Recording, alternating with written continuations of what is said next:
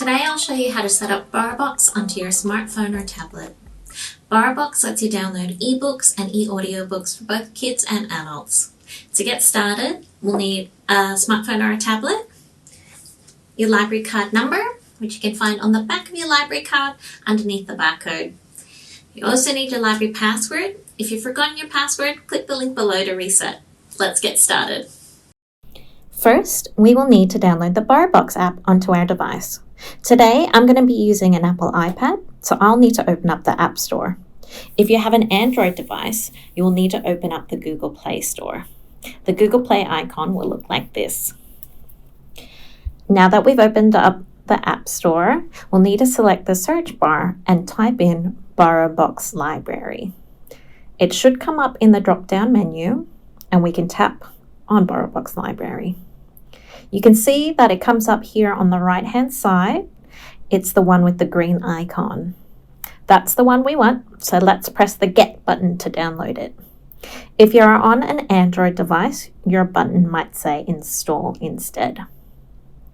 The app will start to download onto your device. We can see it's downloading by this progress wheel here. If this isn't working for you, please check your Wi-Fi settings or the data on your device. Now that it has downloaded the app, from here we can click the Open button to start. You will also be able to find the app on your home screen in future. Let's open the app. First, BorrowBox will ask which library service you are using. Tap in the search bar and type in Ku-ring-gai. The trick with us is that you will need to type in the hyphen. Once you've done that, Ku-ring-gai Library will pop up and you can tap on our name to select it. Next, we will enter in our ID or barcode. Tap the box to the right and pop in your library card number starting with T.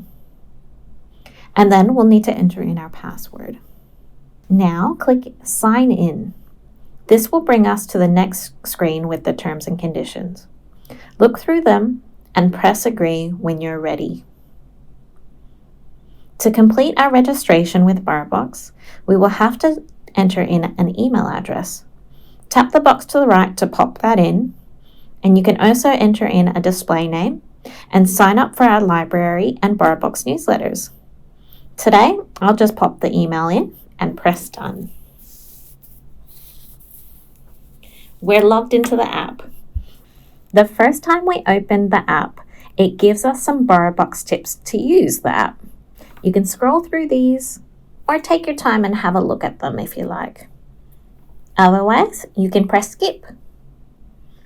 At the bottom of the screen, you can see that there are 4 buttons that says My Loans, e-audiobooks, ebooks, and Search. These are the navigational buttons on the app. To browse through the collection, click on either e-audiobooks or ebooks.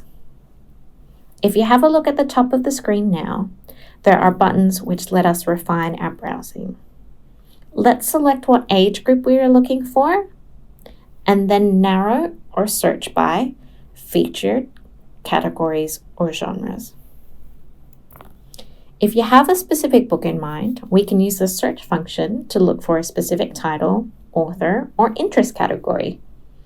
This is located on the navigational buttons on the bottom of the screen. Tap the search icon to bring up the search bar on the top of the page, and we can tap on this search bar to start searching. Today, I'm going to do a search for biographies, but you can search for anything you like. I'm going to type in biography, and this will bring up related items. And if I select, I would like to listen to e-audiobooks or an ebook to read from my device. Now that we've found a book that we're interested in, click on the listing to bring up more information on the book. This screen will give us a book summary, an option to preview the book, and to loan or reserve the item.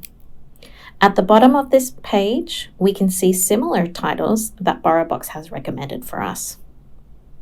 If we are happy with our choice, let's click Borrow and then Confirm Loan and Download Now to start reading. BorrowBox will begin to download your book onto your device.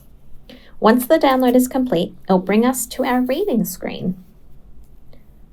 We can turn the pages by tapping on the right and left-hand side of the screen.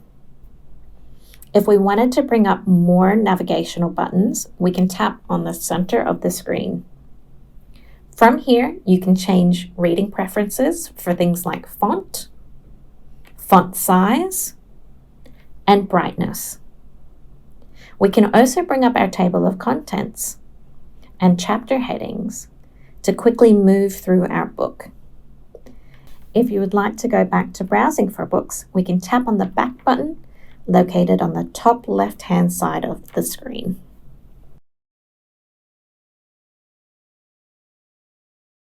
If you wanted to resume reading your book, we can tap on the My Loans button. This will bring up our current loans and reserves. You can have 30 items borrowed and reserved at one time.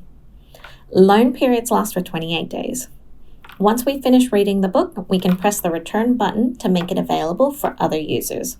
Alternatively, it will automatically be removed from your account once the loan expires. If you wanted to have more time with a book, you do have the option to renew it if there's no other borrowers on the waitlist. In this case, I want to just jump back to reading my book, so we can just tap on the book cover, and this brings us back to the reading screen. As you can see, it remembers where we last left off.